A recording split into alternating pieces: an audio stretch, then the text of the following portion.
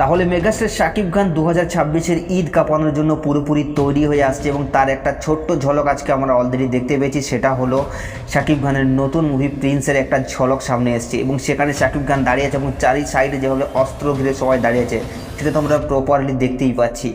এবং এটা দেখেই মনে হচ্ছে পোস্টারটাকে দেখে যে একটা পুরোপুরি এটা একটা ভায়োলেন্স মুভি হতে চলেছে ভাই। আলাদা লেভেলের অ্যাকশন থাকবে, খুন খারাপে থাকবে, তার সঙ্গে সঙ্গে মুভির এই গল্পটাও কিন্তু একটা গ্যাংস্টার লেভেলের গল্প হতে যাচ্ছে। এই মুভির পোস্টারে কিন্তু অনেক কিছু বলে দিচ্ছে এবং রিসেন্টলি টাইমে শাকিব খান কিন্তু এরকম ধরনের সিনেমাতেই সব থেকে বেশি কাজ করছে, যেমনটা আমরা অলরেডি দেখলাম তুফানেও দেখলাম এবং বরবাদেও দেখলাম এবং তাছাড়া তার নতুন মুভি তাণ্ডবেও আমরা তাকে এই লুকেই পেয়েছিলাম। তো আবারও সে এরকম একটা গ্যাংস্টার লেভেলের মুভি করতে যাচ্ছে। তবে মুভির যে ঝলক সেটা দেখে বুঝতেই পারা যাচ্ছে মুভিটা ভাই পুরোপুরি ঈদ কাঁপাতে আসছে। এক কথায় কোনো সন্দেহ নেই বাংলাদেশের বক্স অফিসে কাউকে টিকতে দেবে না। এমনিতেই শাকিব খান মানেই বাংলাদেশের একটা ফেস্টিভ্যাল আপনি বলতে পারেন ভাই, আলাদা লেভেলের বক্স অফিস কালেকশন করে।